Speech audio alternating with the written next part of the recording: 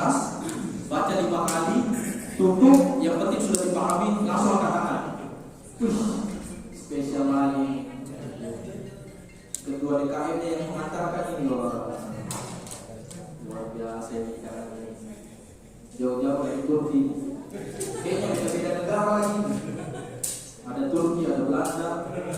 Warna-warnanya beda. Ngeri-ngeri ya. Masya Allah.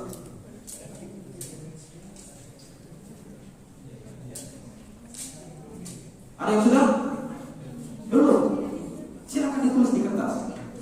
Kalau sudah langsung kita kasih mic. Iya. Langsung bercerita. Namanya juga latihan public speaking, ya, berbicara di depan orang banyak. Ini jawabannya banyak loh. Ya, kesempatan untuk latihan. Yang gemetar biar aja gemetar. Kan latihan. Kertasnya gemetar tidak apa-apa. Memang boleh, ya. Namanya juga latihan. Yang gemetar selesaikan di sini. Selesaikan di sini. Jadi kalau berdiri gemetar tetap berdiri. Kecuali mau pipis langsung ke toilet, ya. Beda itu rasanya, ya. Tapi selesaikan di sini, mending selesaikan di sini, jangan dibiarkan.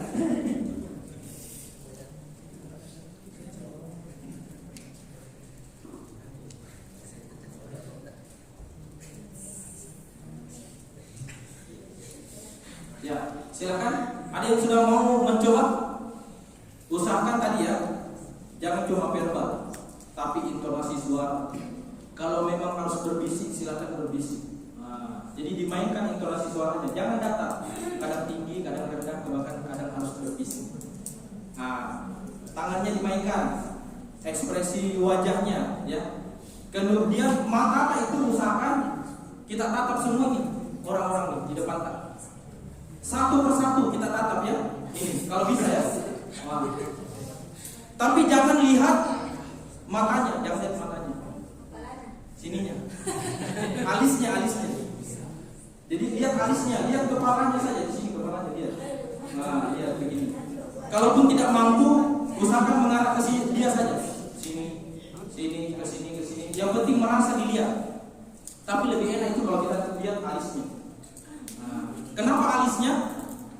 Kenapa kira-kira? Supaya dia tidak risih. Karena kalau tatapan mata itu adalah tatapan cinta. Eye contact. Iya. Jadi itu bisa dipersepsikan begitu ya. Jadi nanti kalau Anda jadi pembicara, tiba-tiba tatapannya ke sebelah ya. Yang ditatap matanya, dia juga menatap mata kita. Turunnya ke sini. Jadi itu tatapan cinta. Kalau tatap ke mata itu ya. Jadi dijaga pandangannya. Oke, ada yang berani coba? Peserta baru. Ini ketua pengurus masjid. Periode 2003-2004. Jangan diprovokasikan. Jangan diprovokasikan. Oke, siap. Mana mic-nya? Pakai mic ini supaya lebih enak ya.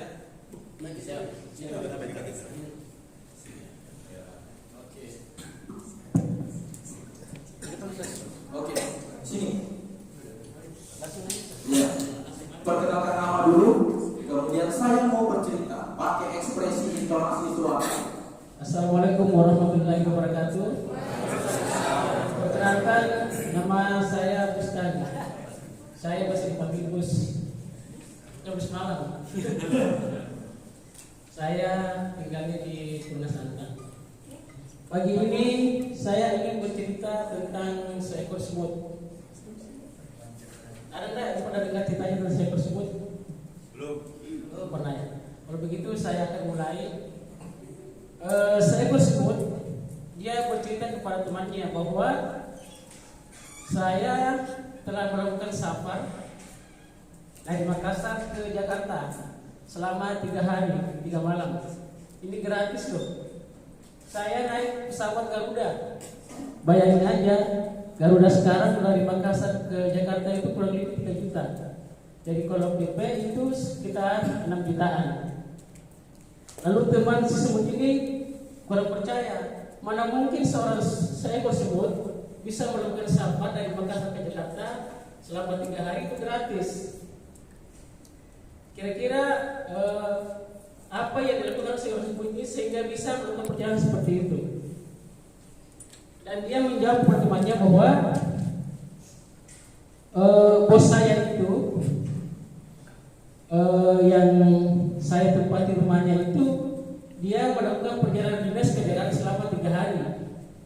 Diam-diam saya masuk di kantong bajunya sehingga saya bisa naik pesawat selama naik pesawat dari Makassar ke Jakarta dan melakukan ikut meeting juga. Di atas pesawat dia bisa menikmati apa yang ada dalam pesawat. Dia melihat permukaan yang cantik, merasakan sejuk-nya di pesawat. Jadi sampai temannya percaya, oh iya benar. Jadi kesimpulannya seperti ini: dalam mendapatkan sebuah kesenangan, kenikmatan, tidak harus dibeli dengan uang. Berarti uang itu bukan segalanya. Buktinya saya tersebut bisa naik pesawat, bisa nginap di hotel, PP gratis dengan cara mengikutkan dirinya sama orang lain, sama bosnya. Jadi itulah kesimpulan cerita saya bahwa tidak selamanya kenikmatan itu bisa dibeli dengan uang. Jadi uang itu bukan segalanya. Terima kasih, itulah cerita saya begini. Assalamualaikum warahmatullahi wabarakatuh. Luar biasa ya. Mantap. Ya, minimal sudah berani tampil. Nah, tapi ada beberapa hal yang harusnya kita bisa lakukan. Yang pertama, karena di situ ada 2 semut, usahakan posisinya beda. Jadi semut pertama sini, saya tuh pergi ke jalan-jalan ke Jakarta. Karena ini orang Makassar semua, pakai kilo letak. Kemudian semut yang kedua, oh masa? Bagaimana ceritanya? Kan begitu, supaya tidak monoton. Ya, karena ini bercerita, butuh digambarkan. Oh ternyata ada 2 sosok semut. Itu jauh lebih menarik.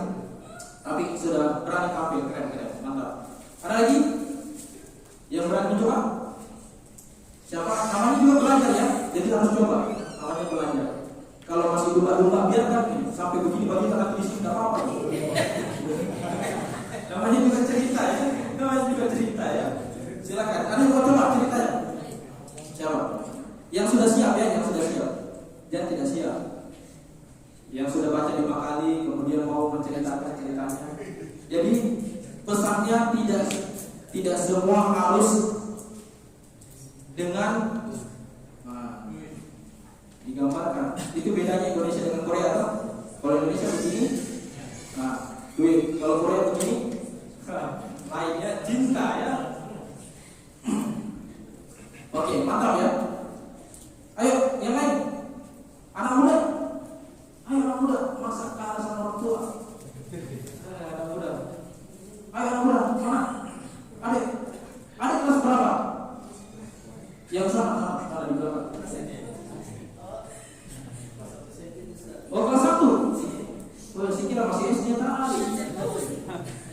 Mau cerita. Nah, kalau ada ini butuh bangun kepercayaan diri. Kalau anak-anak kepercayaan diri. Ya. Buat ceritanya nanti siapa tahu bisa dicoba. Ibu, benar sudah ada yang mau coba ceritanya? Ayo. Ya, seperti tadi bisa pakai catatan, cuma pegang mic supaya ekspresi tangannya bisa main ya, dan lain sebagainya.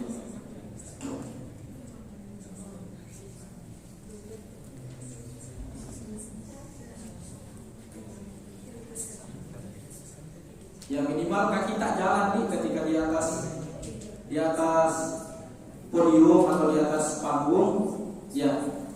Di TV saja presenter TV itu minimal dia juga harus bergerak, badannya minimal.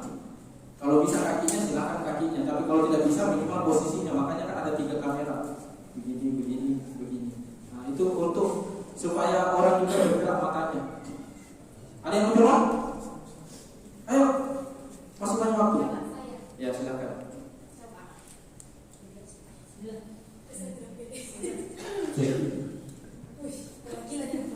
Oh perwakilan.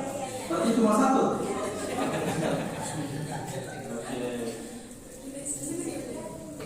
Bismillahirrahmanirrahim.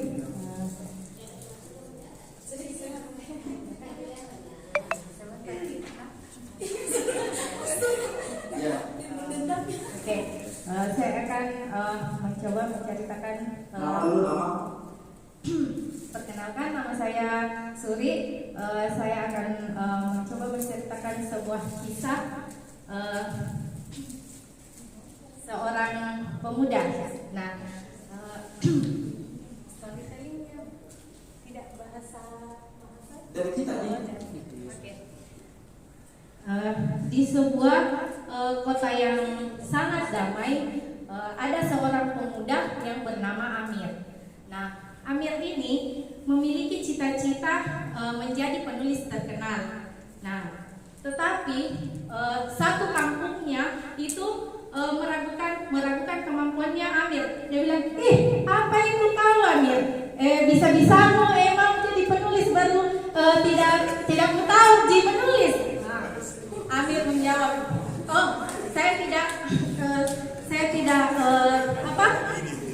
tidak peduli dengan apa yang kalian katakan, tetapi saya akan terus berusaha menjadi penulis terkenal. Dengan kemampuan yang dia miliki, di sela-sela dia sibuk bekerja mencari nafkah, dia terus berusaha untuk menulis, berusaha mencari literatur bagaimana supaya dia bisa menulis. Nah, tiba-tiba suatu hari si Amir mendapat kesempatan mengirimkan hasil tulisannya ke sebuah penerbit besar.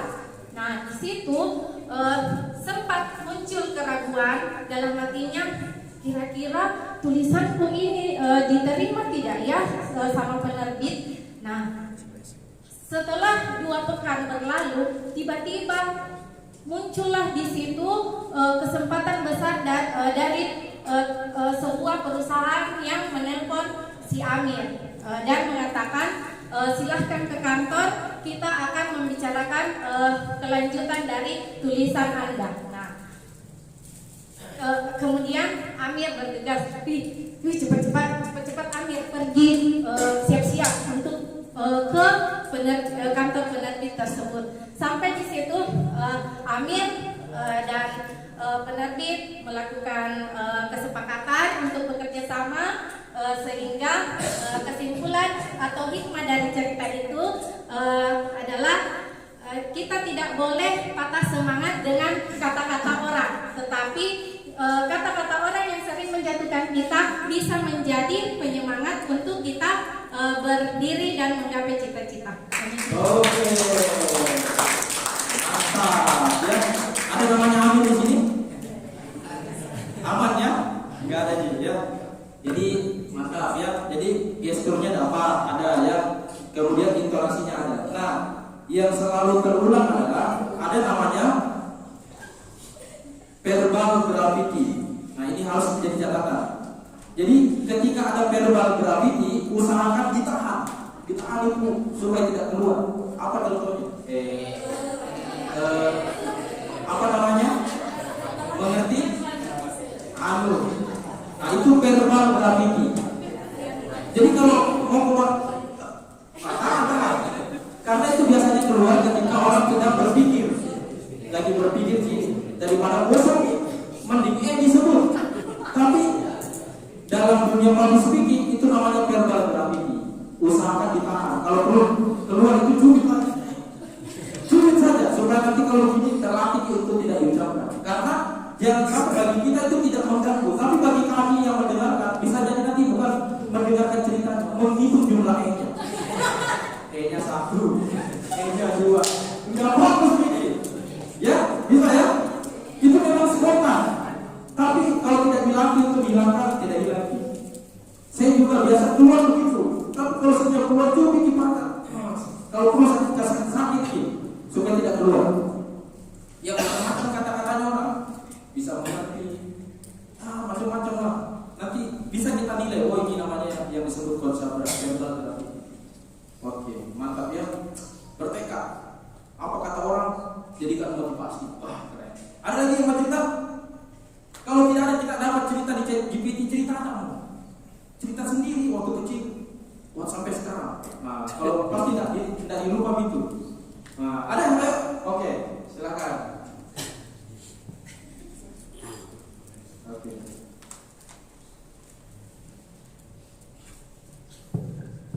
Ya, bisa kesini lagi.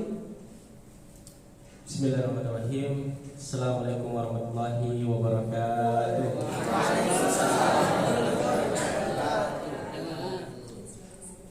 Perkenalkan, nama saya Sofyan. Saya tinggal di Bataran 2. Tujuan saya di sini untuk belajar dan bukan untuk menggurui. Jadi kita sama-sama di sini saling belajar dan sebagai sang pembelajar. Kita berada di ruangan yang dingin ini, di masjid ini. Semoga ilmu yang kita dapatkan bermanfaat. Amin ya rabbal alamin. Amin. Teman-teman semua di sini yang datang ke sini sudah makan?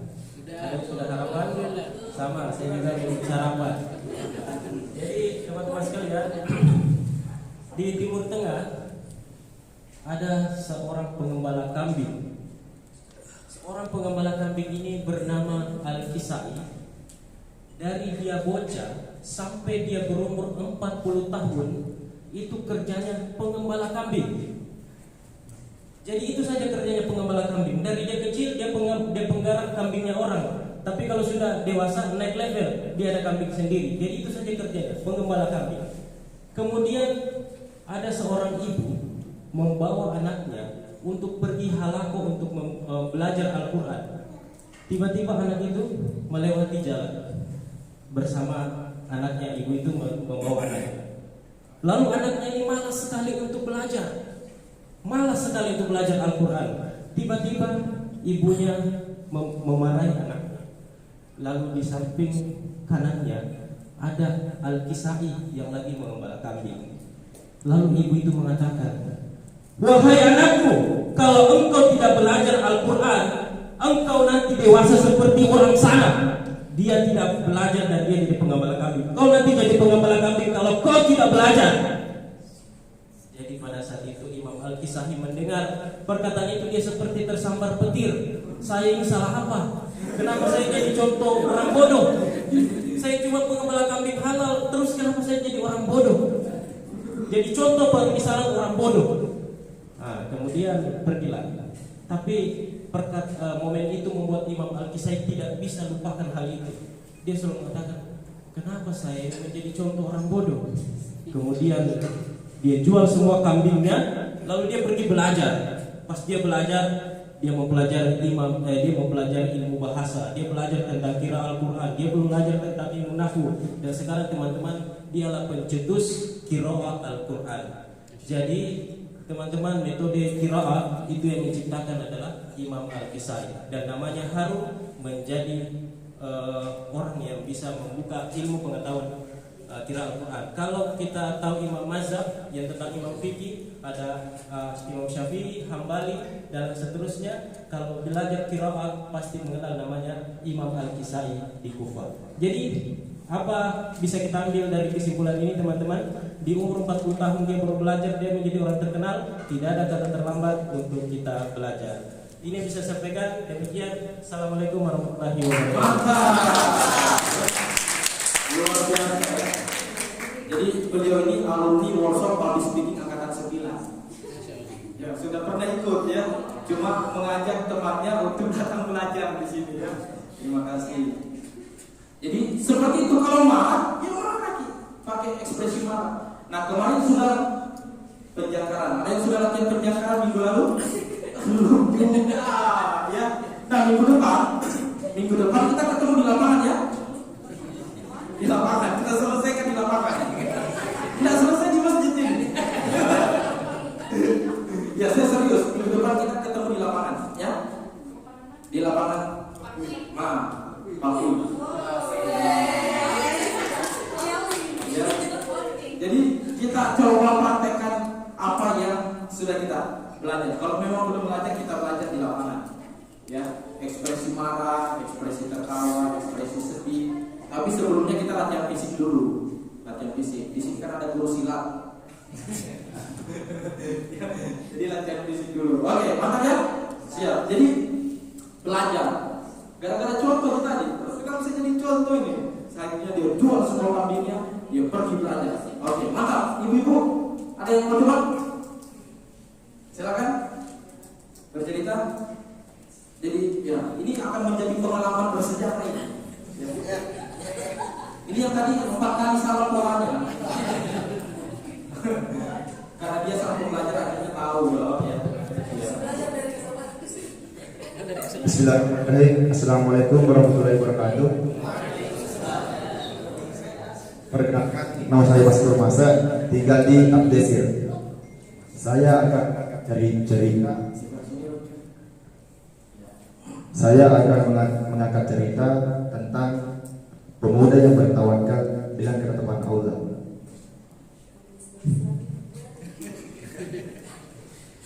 Pemuda ini mempunyai sebuah tujuan dalam hidupnya, yaitu untuk menjadi seorang juara. Pada 6 bulan ke depan, dia akan menghadapi sebuah pertandingan. Jadi semua waktu yang digunakan itu adalah untuk latihan. Tapi pada saat 2 minggu sebelum pertandingan, dia mengalami cedera. Dan akhirnya dia habis istirahat. Pada saat pertandingan mau dimulai, pelatihnya menghubunginya. Nah, apakah Anda masih bisa ikut bertanding dengan keadaan Anda seperti ini? Pemuda itu menjawab, mungkin saya tidak bisa, tetapi kalau ketetapan Allah menjadikan saya bisa, maka saya akan mencoba. Di situ akhirnya pemuda ini ikut bertanding dalam suatu kejuaraan. Dalam pertandingan pertamanya, pada babak pertama dia ketinggalan poin sebanyak 20-0. Artinya dalam babak kedua dia harus mengejar poin itu setidaknya sama atau melebihi. Tetapi dia tetap yakin dia bisa karena usaha dan pertolongan Allah akan datang kepada saya. Dan akhirnya pada babak ketiga, sesuatu yang tidak dipikirkan terjadi. Akhirnya dia bisa mendapatkan poin itu, malah melebihi poin itu, dan di situ akhirnya dia bisa menang. Jadi dalam kesimpulan ini bahwa memang kita bukan yang hebat, tapi kalau Allah sudah berkehendak, pasti kita bisa melakukan apapun. Terima kasih. Luar biasa ya.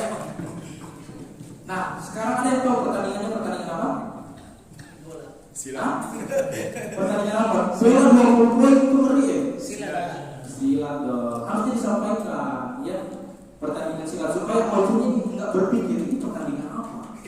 20 poin itu tackle atau apa? Bola. Kalau bola kan lebih sekali 20 poin. Segini lagi ya, ternyata silat ya. Masya Allah, luar biasa. Kalau silat di Indonesia lagi naik daun ya. Di mana-mana silatnya selalu juara. Oke, nah ada beberapa hal. Yang pertama, usahakan tangannya tidak tertutup ya. Walaupun sebentar. Nah, seperti ini. Itu posisi gestur tertutup. Usahakan terbuka aja. Jadi tidak juga seperti ini, masuk di kantong. Nah, biasa kan tangan kita itu masuk di kantong untuk menyembunyikan grogi, rasa takut kita simpan di sini. Walaupun kadang masih goyang juga, atau di belakang, ya.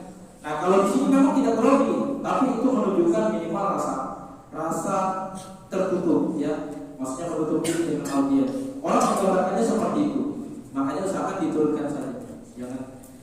Kemudian dari ekspresi wajah, keyakinan itu harus ada di sini di wajah. Dia yakin bisa, harus bisa, yakin bisa, pasti bisa. Jadi ada ekspresinya di sini, ya. Dan usahakan ketika nanti teman-teman itu di depan umum, usahakan yang pertama ini, karena sudah 4 kali masih sama salamnya. seperti ini. Naik ya. Jadi bukan Assalamualaikum warahmatullahi wabarakatuh, tapi naik. Assalamualaikum warahmatullahi wabarakatuh. Kan gitu. Jadi yang tadi mau tidur begitu, ya. Jadi usahakan jangan datar, tapi naik. Itu di salamnya. Usahakan begini modelnya. Dan itu dilatih juga di rumah. Jadi salam yang tadi kan datar-datar rata-rata. Nah sekarang usahakan salamnya naik. Ya, jangan mendayu-dayu ya. Keras. Beda itu mendayu-dayu. Harus keras ya seperti itu. Oke. Cukup? Atau ada yang mau coba lagi? Oke. Saya terima kata.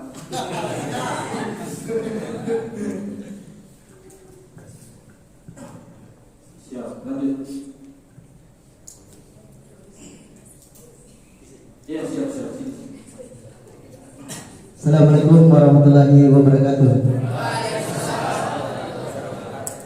Yang jawab salam saya doakan masuk surga ya, yang paling pertama. Yang kurang semangat jawab salamnya saya doakan dia juga, tapi paling belakangan. Assalamualaikum warahmatullahi wabarakatuh. Terima kasih, semoga yang menjawab masuk surga semua, amin. Izin perkenalkan, nama saya Muhammad Ridwan. Saya seorang mahasiswa di Universitas Negeri Makassar. Saya berdiri di sini bukan bermaksud untuk menggurui, ya. Saya di sini untuk belajar dan kita sama-sama belajar. Semoga ini bisa menjadi bekal kita nanti untuk berbagi ke orang lebih banyak. Amin. Izinkan saya bercerita. Ini kisah yang sangat luar biasa, ya, mengubah mindset saya sebagai orang yang bodoh amat, ya, seperti itu. Terkadang kita butuh sikap bodoh amat sedikit, karena kenapa bulu orang itu luar biasa, ya. Kisah ini ada seorang bapak dengan anaknya, dia naik di kuda, ya, naik kuda berdua mau ke suatu daerah. Dia melewati kampung, ya, kampung. Ada ibu-ibu ngobrol di situ. Biasa cerita-cerita. Abang bilang, ih bodoh itu bapak, ya, masa enggak kasih sama kuda, ya, dinaiki berdua. Sedangkan itu kan hewan, ya. Bapak itu mendengarkan, terpaksa dia kasih turun dirinya, anaknya dikasih naik di kuda. Jalan lagi, masuk di suatu daerah, ada lagi ibu. Ya Allah, ini beras terbuat di dunia ini, ya. Dicerita lagi. Itu bodohnya itu anak, kenapa orang tuanya disuruh jalan, dia enak-enak di atas kuda. Ya, kalau orang baik hati, apa dia lakukan? Anak yang baik hati, dia turun, dia suruh bapaknya naik ke kuda, betul? Dia lakukan itu, dia lakukan. Masuk ke suatu daerah, ada lagi orang bilang, ya, dasar anak durhaka. Bapaknya, ya, kenapa? Bapaknya jalan kaki. Ya, bapaknya jalan kaki, anaknya di atas kuda. Ya, kembali ya. Luar biasa, mengertikan fokus saya. Oke, tadi anaknya yang di atas kuda, bapaknya turun. Sekarang kembali, ya, bapaknya naik, anaknya turun. Dilihat di suatu desa. Di desa itu dikatakan lagi, apa kira-kira dikatakan? Ada yang sudah tebak? Ada yang sudah tebak? Ya, orang itu mengatakan bahwa kasihannya anaknya, betul, bapak biasa ya. Anaknya kasihan karena kenapa? Anaknya dikasih jalan kaki, ya. Jadi serba salah. Oke, dua-duanya turun. Kudanya jalan dengan sendiri. Ya, masuk di desa lagi yang satu. Ada lagi yang bilang, Pak, bodohnya ini ada kambing yang tidak dipakai. Kira-kira serba salah ya. Ya, seperti itulah hidup Bapak Ibu semua. Kadang kita melakukan hal benar saja dikomentar, salah apa lagi? Ya, jadi jangan heran apapun yang kita lakukan pasti ada yang berkomentar. Tapi pemainlah yang menjadi juara, bukan penonton yang berkomentar saja. Terima kasih. Assalamualaikum warahmatullahi wabarakatuh.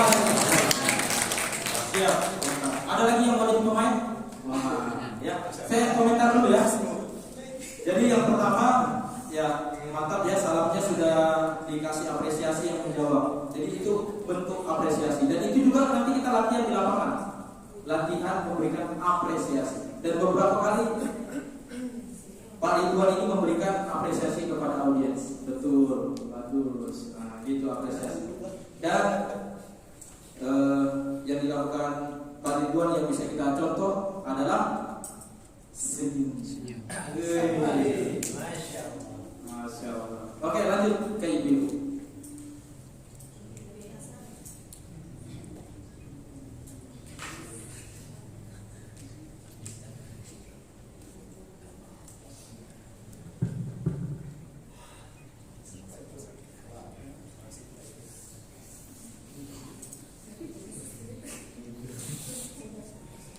Bismillahirrahmanirrahim. Nama saya Nur Hasanah Majriani. Saya salah satu pengajar di Sekolah Quran Safati. Oke, saya akan bercerita tentang buah dari sebuah kebaikan. Suatu hari di tengah hutan yang sangat rindang ada sebuah rumah. Di dalam rumah itu ada seorang ibu dan anak yang tinggal dan bersama ayahnya. Hari itu, sang ibu yang lagi sibuk memasak di dapur tiba-tiba mendengar suara sang anak menangis histeris. Ibu, ibu. Kemudian, karena sang ibu kaget, sang ibu lari keluar rumah. Ketika sang ibu keluar rumah, sang ibu sudah mendapati anaknya dibawa lari oleh seekor rusa. Dan bergegas sang ibu lari mengejar rusa itu sampai masuk ke dalam hutan.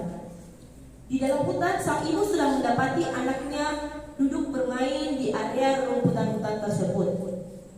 Lalu, sang ibu mengucap syukur, Alhamdulillah, anakku selamat tanpa kurang satu apapun.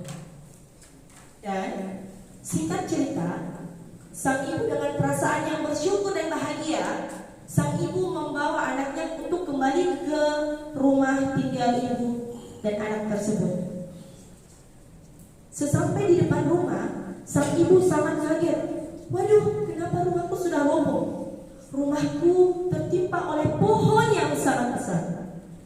Dan sang ibu itu langsung mengingat kepada kejadian yang terjadi beberapa bulan yang lalu.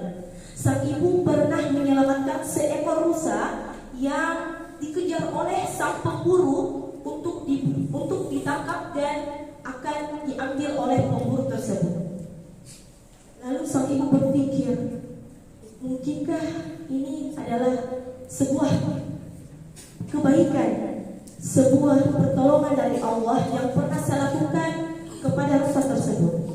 Nah, dari cerita singkat tersebut, seandainya sang ibu tidak keluar dari rumah untuk mengejar anaknya yang diambil oleh rusa, diambilnya dengan cara tanduk rusa dimasukkan ke dalam baju anak tersebut, bukan dengan digendong karena rusa kan punya kaki empat.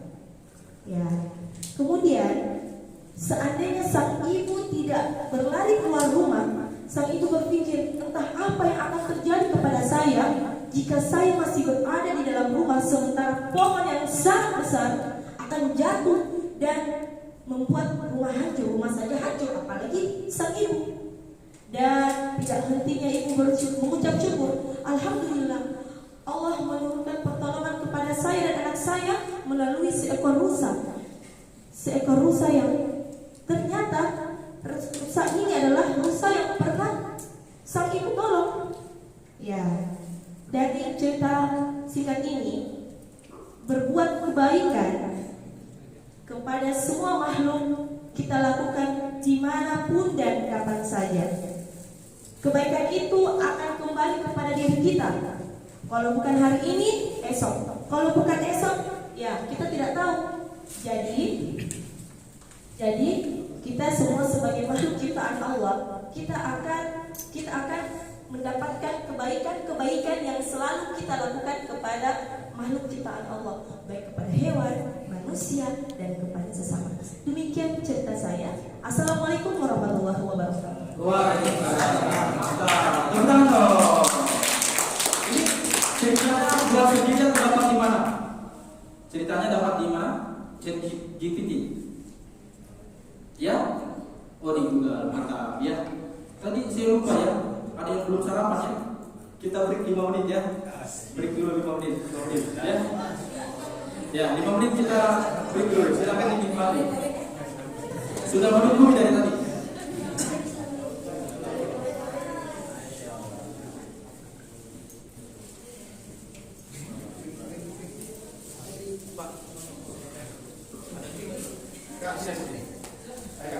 Tidak